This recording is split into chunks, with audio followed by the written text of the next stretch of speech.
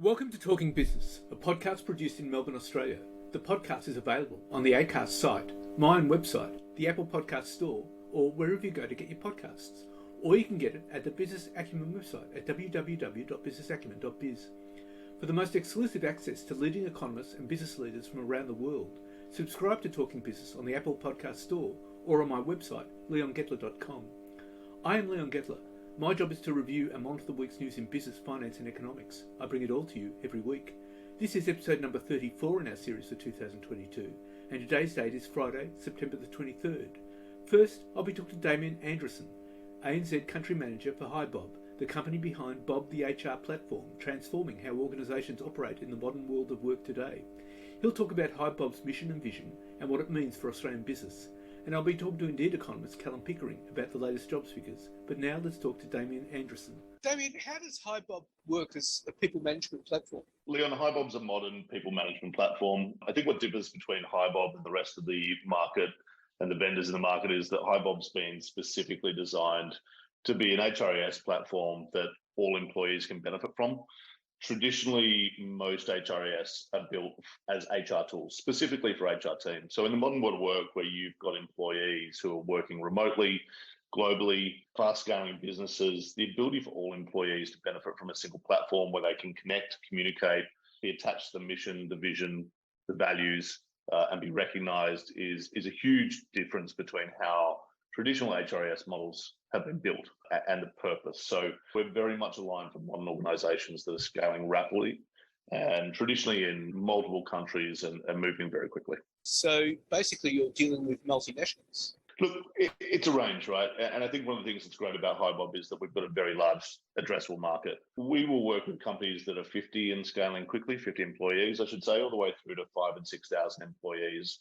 A lot of our companies are just locally based but have regional offices, and they still have the issue of remote work and how do they keep attached to the organization. But we also deal with a lot of multinational corporations who might be just moving into their second or third region, and they need the support of a system that's got the flexibility to support the complexity that comes with moving into new markets. Well, who exactly are HiBob's customers? Yeah, really big range, but anyone who is investing in their employee experience, who want to make sure their employees are having really good recognition and a great career journey. They traditionally in more modern industries, we work in a lot of tech, bio, finance, professional services, but all the way through to construction companies as well. Anyone who's looking to retain and get the best out of their employees.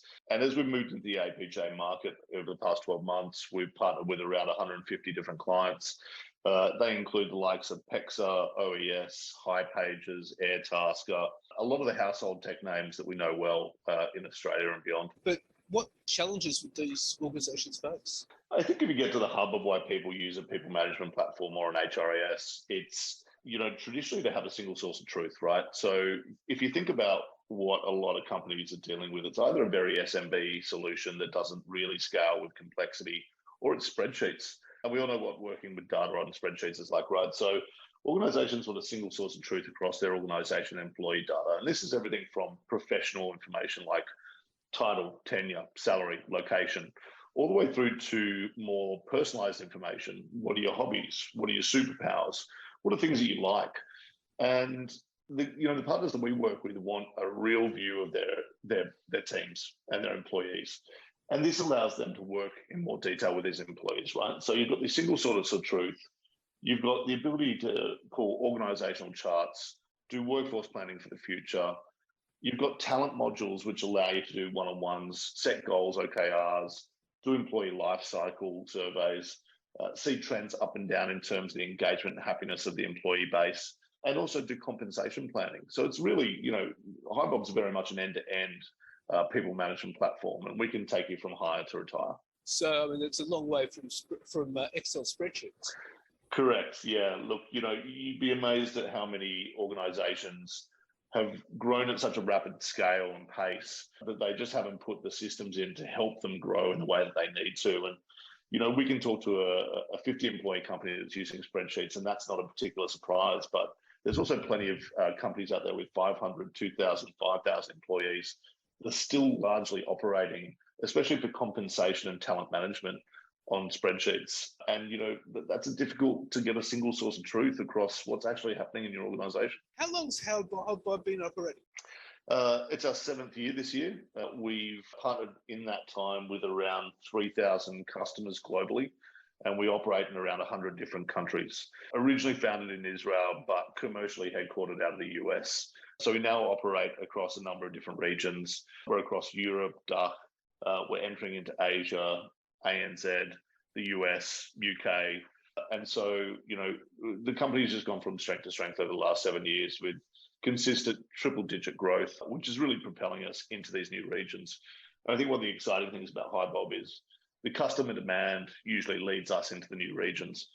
Great example, while we're launched around 12 months ago in Australia and New Zealand, about 30% of our customer base in this region is actually from Asia. So we've got a number of clients that are coming from Singapore, Malaysia, the Philippines, and that's very organic growth. We haven't done anything to really go after that market. I think the Bob brand name is really strong, and what's really interesting is that it's actually word of mouth. So, HR managers become very attached to the tools they use to run their organization. So we've got a lot of managers who have worked in a company that have previously used HighBob. And when they work into a new organization, if they don't have a tool or it's an outdated tool that's not supporting the growth, they'll want to bring HighBob over with them as well. So that is a really, an amazing part of HighBob, as we just kept getting drawn into new regions through customer demand. So, you've been going for 7 years. What are the next steps? Yeah, look, it's a really good question. And it's always, Ronnie, our CEO and co-founder, and Israel David always talk about just building the best HRIS in market. We're a long way away from finalizing the vision of the product and what we want to do. And we are still very much a product-led organization. We want to continue to develop value in the system and continue adding features and functions. A good example is in this quarter, we're launching workforce planning, which is a new module. But we're also then adding additional features to our 5 or 6 existing modules, continuing to deepen them. So we just want to build the best HRIS in market. And, the catch cry of the product team is we should build the last HRIS that our customers will ever need. And you have the technology, obviously, for that, or do you have to keep developing the technology? Yeah, look, as I said, we're really a product-led company. So we continue to invest and develop and enhance the product. One of the biggest departments by employee count at HighBob is the development team.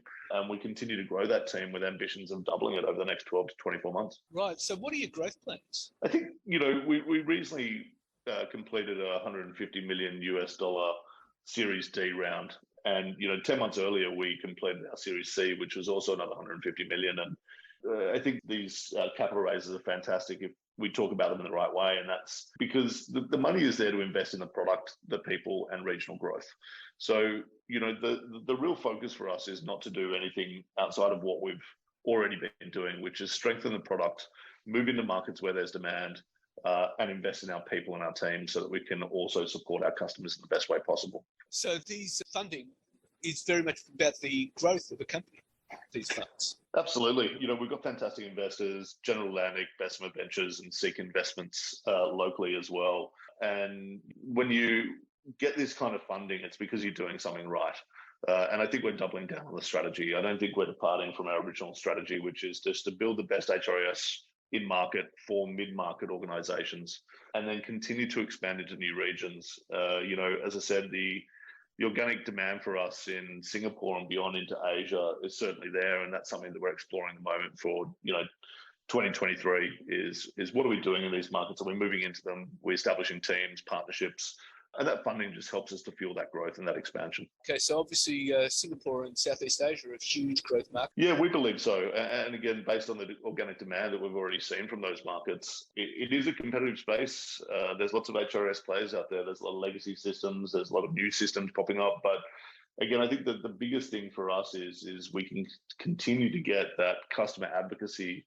And we see those HR managers moving from a previous country into a new company and looking to bring HighBob with them. So where there's demand, we will go. And where there's the market opportunity, we'll definitely invest in. Well, Damien, thank you very much for your time. Thank you so much for your time, Leo. And now let's talk to Indeed economist Callum Pickering. Well, Callum, the unemployment rate came 0.1% higher at 3.5%. What's your take on it? Well, yeah, it was a little bit of surprise that the unemployment rate did tick up. The labour market had been tightening, obviously, for much of the past 12 months, and certainly the forward-looking indicators such as job vacancies suggest that it was going to tighten further in the next, say, 3 to 6 months. So it was a little bit of a surprise that it did tick up, but I don't think it's anything really to worry about. This was the second lowest unemployment rate we've had in 48 years. So the labour market is, by any measure, extremely tight. And like I said, given the strength we are seeing in things such as job vacancies, there is a good reason to suspect that the labour market will strengthen a little bit in the near term,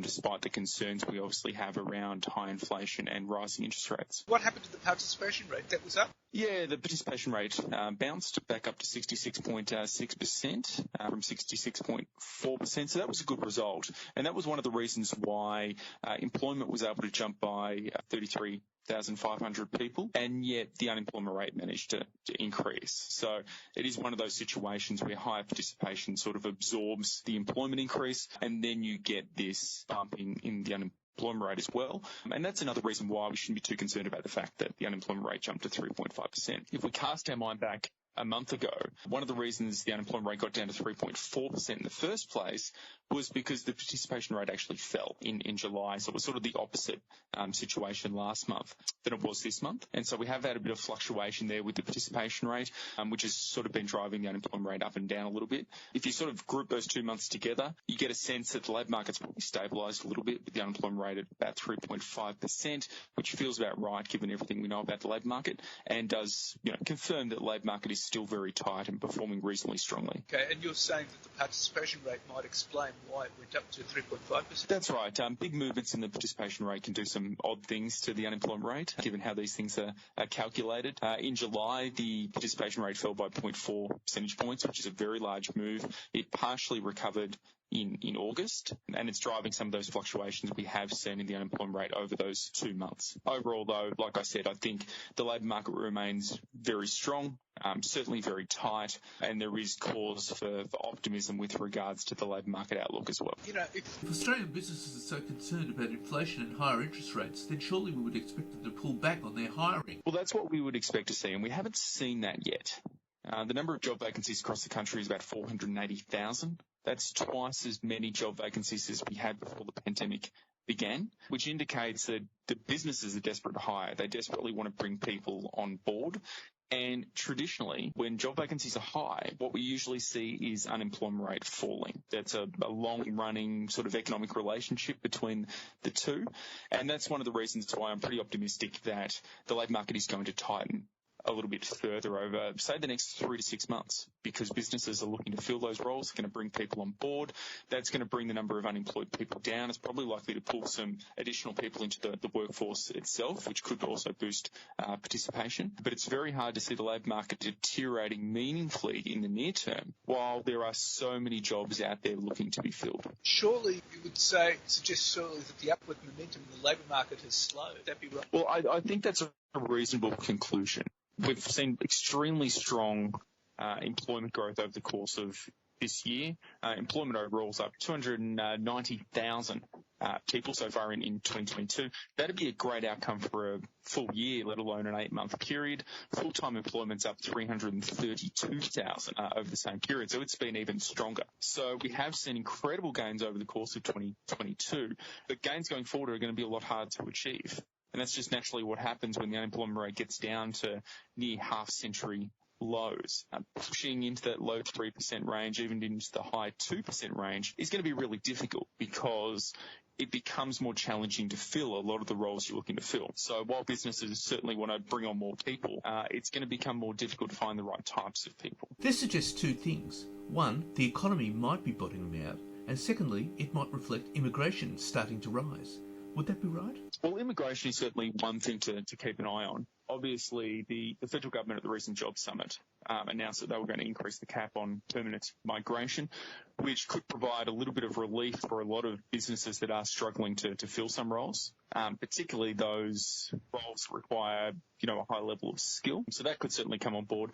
And, depending on the speed with which that happens, sort of industries affected, that could potentially put a little bit of upward pressure on the unemployment rate. Not much. We're talking about maybe 1 or 2, 0.1, 0.2 percentage point type thing. Certainly not a big impact, but it's certainly something something that could, potentially put a little bit of upward pressure on the unemployment rate over, say, the next year or two. And ultimately, I think that would probably be a good thing. It's not ideal to have businesses sitting there not able to fill a lot of highly skilled roles. That ultimately makes it more difficult for businesses to expand their operations. It makes it difficult for businesses to operate at full efficiency. That's certainly not what we want from an economic standpoint. The labour market figures are fairly broadly based, but some states seem to be doing better than others. Would that be right? Yeah, the unemployment rate does vary a little bit across the country. It is incredibly low in the nation's capital at 2.7%. WA has been a strong performer throughout the pandemic recovery with an unemployment rate of 3.1%. Queensland not far behind at 3.2%. But then at the other end of the spectrum, you've got Tasmania at 4.9%. Now, normally an unemployment rate of 4.9% is really quite good. Pre-pandemic, we'd definitely be happy with that. But given some of the labour market outcomes we've been experiencing across the country over the past, 6 to 12 months, it is perhaps a little bit of a surprise that we do have a relatively weaker labour market in states such as Tasmania. So there is a fair bit of variation there. It does indicate that some states could catch up. There is scope for some states to catch up with regards to labour market conditions. So that's sort of where we are. But it would also suggest some states like Tasmania could drive the unemployment rate lower in the near term. Would that be right? Well, there's certainly scope for greater employment gains in Tasmania than there would be in some of these other states where the unemployment rate is very low. It would be much easier for Tasmania to push from 4.9% to 3.9% than it would be for WA to go from 3.1% to 2.5%. So that's something to bear in mind as well. The skill and talent shortages that we're probably seeing in states such as WA or Queensland are going to be, more difficult to overcome than the sort of challenges being faced in Tasmania, just from a skills and talent standpoint. Now, the $64 question is what happens with the RBA and interest rates? I mean, the RBA has flagged that we'll keep raising interest rates, but these sorts of figures, and of course you had the Fed. Now people are saying the Fed's going to raise interest rates by 75 basis points. Some are even saying 100 basis points. Where does that leave the RBA? Well, I think it's reasonable to say that, this jobs report, all the figures we've gotten this week, confirm that the Australian labour market is still running pretty hot. There's still very strong demand for labour, which indicates that the labour market is likely to tighten a little bit further in the near term. I think it gives the RBA some confidence in what they're doing, that the economy can absorb the impact of these higher rates without tipping over into a significant downturn or recession. Now, the fact that central banks overseas are hiking very aggressively does suggest that the RBA is probably going to need to follow suit. And one of the reasons for that is because if they don't, the Australian dollar is likely to depreciate quite significantly. And if that happens, it actually puts upward pressure on inflation. The RBA, in an ideal world, wants the Australian dollar to be quite strong right now because that lowers the price of our imports and that ultimately flows through to the end consumer via lower prices. Achieving that is very difficult in the current circumstances, given that central banks are being quite aggressive. So what the RBA effectively is trying to do is just keep the Australian dollar pretty stable against the US dollar and other major trading partners. If they can achieve that, then, we're not importing higher inflation from abroad. So that's sort of something that they will be certainly thinking about. They'll be watching what other central banks are doing quite closely. I think that ultimately, I don't think we're going to see any more 50 basis points increases, at least in the near term. But I certainly wouldn't be surprised if the RBA hikes at each of their remaining meetings over the remainder of the year. So October, November and December, 25 basis points each time, which leads to a 75 basis point increase in the cash rate over the course of the year. So we're still going to see a lot of tightening behaviour, but I think the pace of tightening is probably likely to ease off a little bit. Which would leave interest rates at just over 3% by the end of the year. That's right, and that's consistent with market pricing. So the market's expected the cash rate to get to 3% by the end of the year for a while now, and certainly based on everything I'm seeing in the economy, I think that's likely to occur. I think the Reserve Bank will move forward pretty confidently with what they're doing based on what they're seeing across the economy. And it is likely that policy will continue to tighten next year, albeit at a much slower pace. We're not going to see hikes at every meeting next year, but we are likely to see hikes maybe every couple of meetings or every third meeting over the course of 2023. Well, Callum, thank you very much for your time. Thank you, Leon. So what's happening in the news? Well, rich economies should hit oil and gas companies with new windfall taxes to provide help for countries suffering from climate change and people struggling with soaring energy and food bills, UN Secretary-General Antonio Guterres said on Tuesday. The UN chief accused energy giants of feasting on hundreds of billions of dollars in subsidies and windfall profits while household budgets shrink and our planet burns. Guterres' comments at the UN General Assembly in New York come on the heels of a European Union proposal to introduce a windfall tax on oil, gas and coal companies, many of which have reported record high profits as Russia's war in Ukraine and an energy crunch send prices soaring. The European Commission is proposing that EU states take a 33% share of a company's surplus profits. The United Kingdom introduced a 25% windfall tax earlier this year to provide relief for people struggling with their energy bills, but newly installed Prime Minister Liz Truss has said she won't extend it to pay for a much bigger program of subsidies this winter and next. US President Joe Biden's administration mulled the idea in the summer, but it gained little momentum. Today, I am calling on all developed economies to tax the windfall profits of fossil fuel companies, Guterres told the Assembly. Those funds should be redirected in two ways, to countries suffering loss and damage caused by the climate crisis and to people struggling with rising food and energy prices. His comments also come as parts of the world are battered by extreme weather events supercharged by the human-induced climate crisis. More than 1,500 people died in Pakistan over 3 months of extreme monsoonal rain that scientists have linked to climate change. More than 300 people have died in floods in Nigeria this year, disaster management authorities there say. Typhoons and hurricanes have brought floods to Puerto Rico, the Dominican Republic and Japan this week. Drought is impacting vast swathes of the United States, China and Europe. Guterres warned that a winter of global discontent is on the horizon, with inequality exploding and the cost of living crisis raging while the planet burns. And Mark Zuckerberg's pivot into the metaverse has cost him dearly in the real world. Even in a rough year for just about every US tech titan, the wealth raised from the chief executive of Meta Platforms stands out. His fortune has been cut in half and then some, dropping by US 71 billion, that's 105 billion Aussie this year, the most among the ultra-rich tracked by the Bloomberg Billionaires Index. At US 55.9 billion, his net worth ranks 20th among global billionaires, his lowest spot since 2014, and behind 3 Waltons and 2 members of the Koch family. It was less than 2 years ago when Mr. Zuckerberg, 38, was worth US 106 billion and among an elite group of global billionaires, with only Jeff Bezos and Bill Gates commanding bigger fortunes. His wealth swelled to a peak of US 142 billion in September last year, when the company's shares reached as high as US $382. The following month, Mr. Zuckerberg introduced Meta and changed the company's name from Facebook, and it has been largely downhill from there as the company struggled to find its footing in the tech universe. Its recent earnings reports have been dismal. It started in February when the company revealed no growth in monthly Facebook users, triggering a historic collapse in its stock price, which slashed Mr. Zuckerberg's fortune by US $31 billion, among the biggest one-day declines in wealth ever. Other issues include Instagram's bet on Reels, its answer to TikTok's short-form video platform, even though it is worth less in advertising revenue, while the industry overall has been affected by lower marketing spending because of concerns over an economic slowdown. The stock is also being dragged down by the company's investments in the metaverse, said Laura Martin, senior internet analyst at Needham & Co.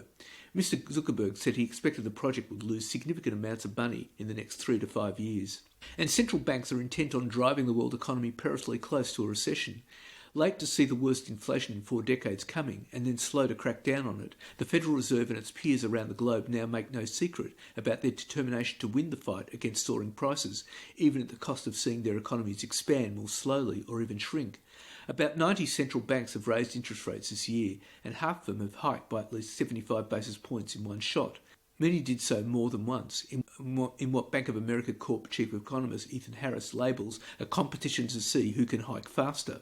The result is the broadest tightening of monetary policy for 15 years, a decisive departure from the cheap money era ushered in by the 2008 financial crisis, which many economists and investors had come to view as a new normal. The current quarter will see the biggest rate hikes by major central banks since 1980, according to JP Morgan Chase & Co., and it won't stop there. This week alone, the Fed is set to lift its key rate by 75 basis points for a third time, with some calling for a full percentage point salvo after US inflation again topped 8% in August.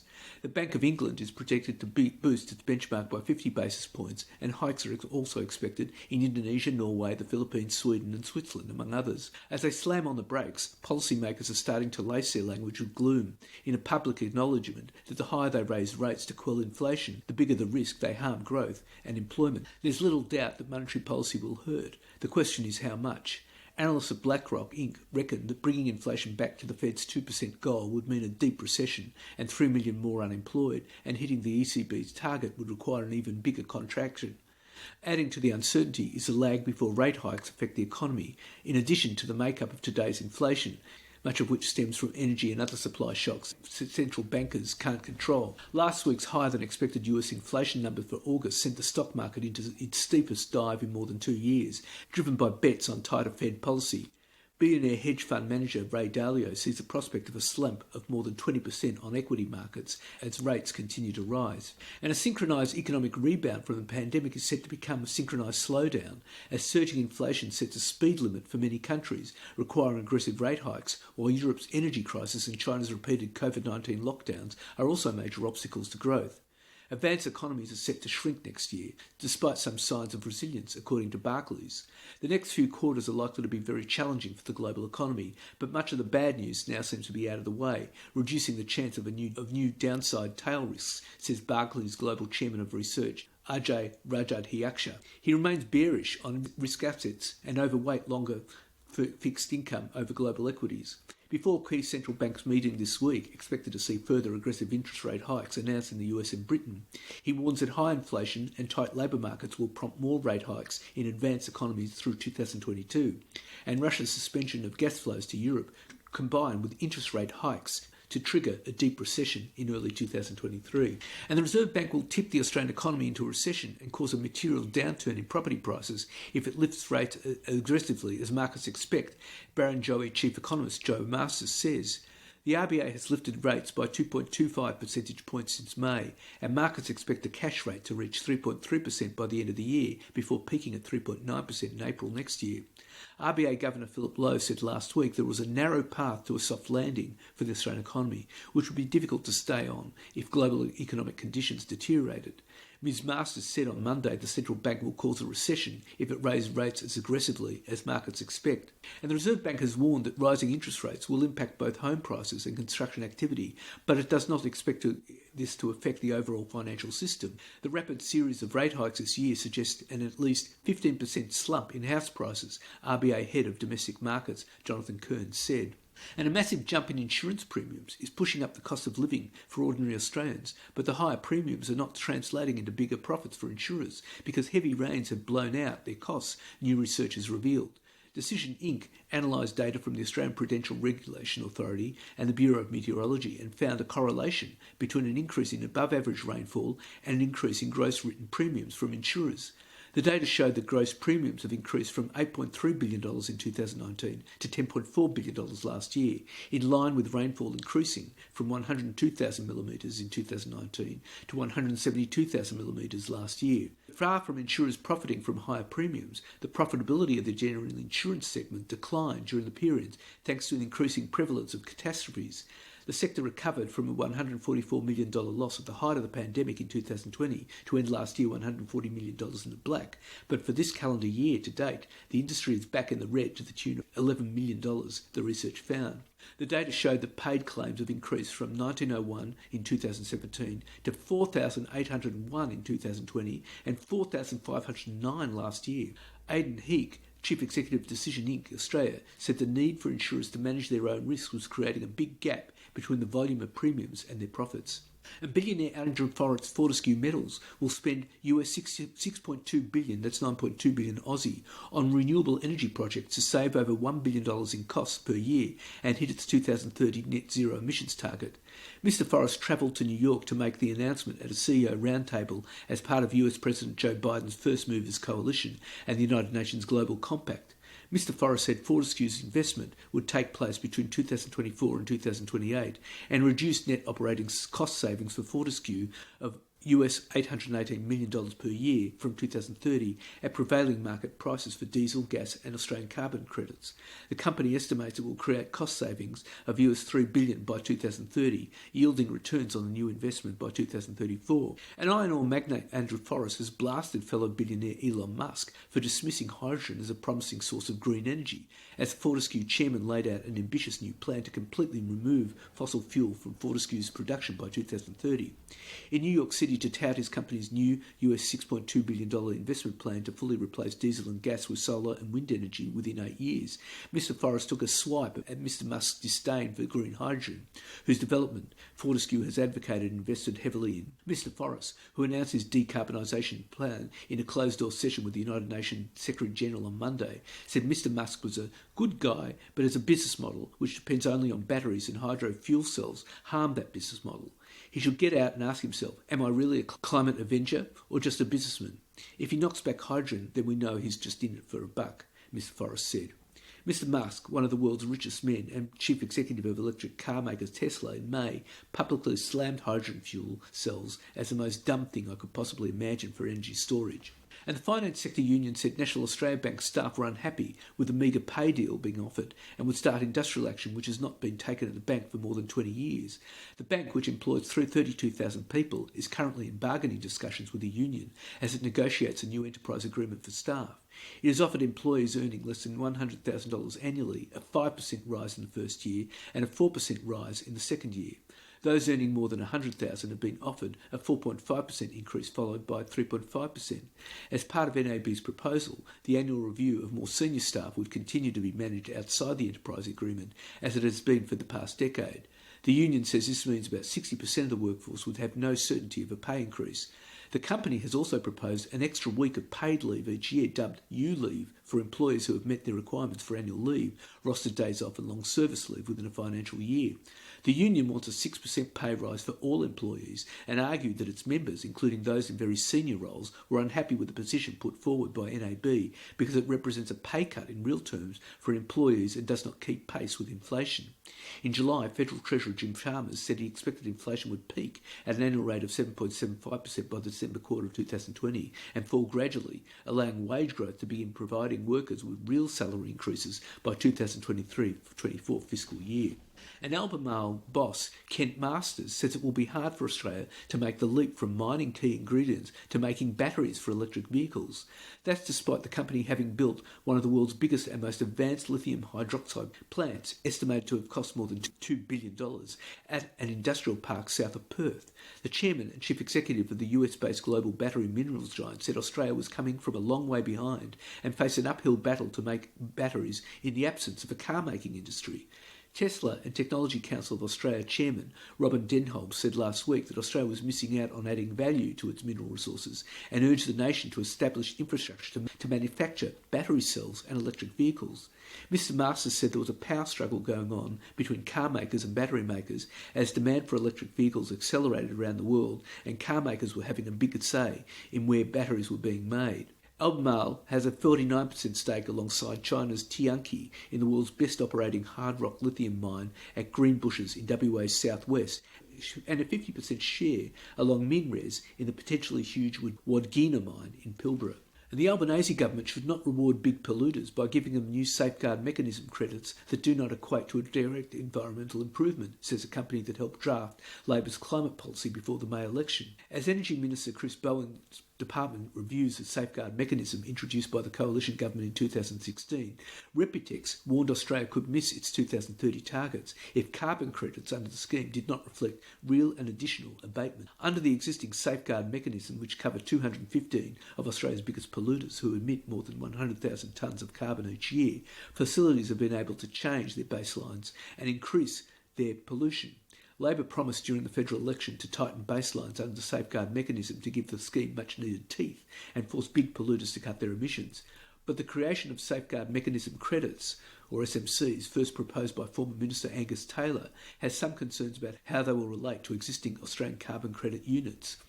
In a submission to the Department of Climate Change and Energy, the Environment and Water, Reputex said that the option to give free SMCs to companies whose emissions were below an industry average equated to a financial subsidy. And the ranks of the very rich are shrinking. The total number of high net worth individuals in the local market took a rare step backwards over the last year, dropping to 625,000 from 635,000.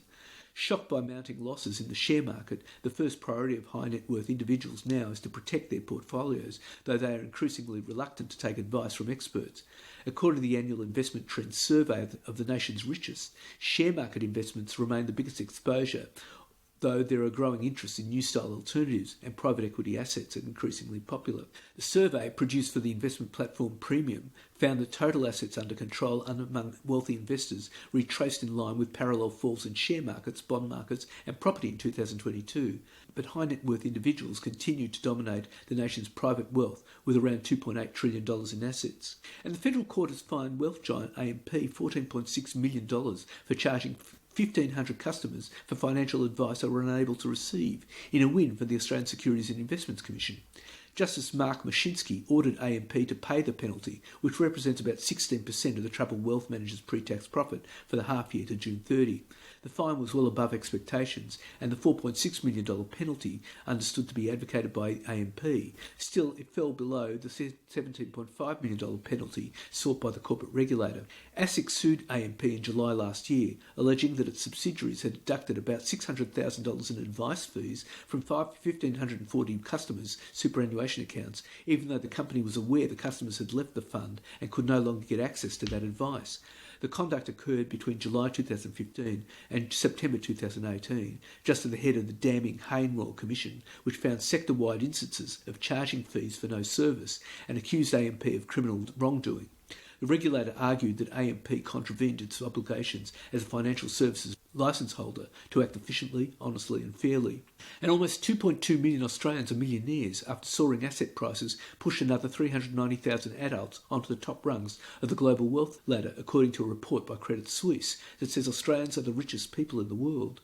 The figure probably marks a near-term peak for Australia, as falling property prices are poised to drag on Australia's paper wealth this year. The median Australian adult finished 2021 with a net worth of $273,900, making them richer than the comparable resident of any other country, according to Credit Suisse's annual Global Wealth Report. The next wealthiest jurisdictions were Belgium, New Zealand and Hong Kong.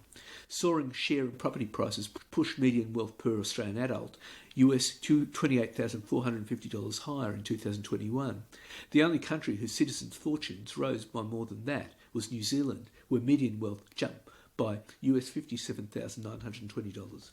And that's it for this week. And next week I'll be talking to Martin Fitz, the CEO of Pure Profile, to explore the e-commerce habits of Australians and what retailers should be doing about it. And I'll be talking to KPMG economist Sarah Hunter about what's ahead for the RBA and the economy. In the meantime, you can catch me on Facebook, Twitter, Instagram, LinkedIn and YouTube. And if you want, leave a comment. For the most exclusive access to leading economists and business leaders from around the world, subscribe to Talking Business on the Apple Podcast Store or on my website, leongettler.com. Wishing you all a safe and healthy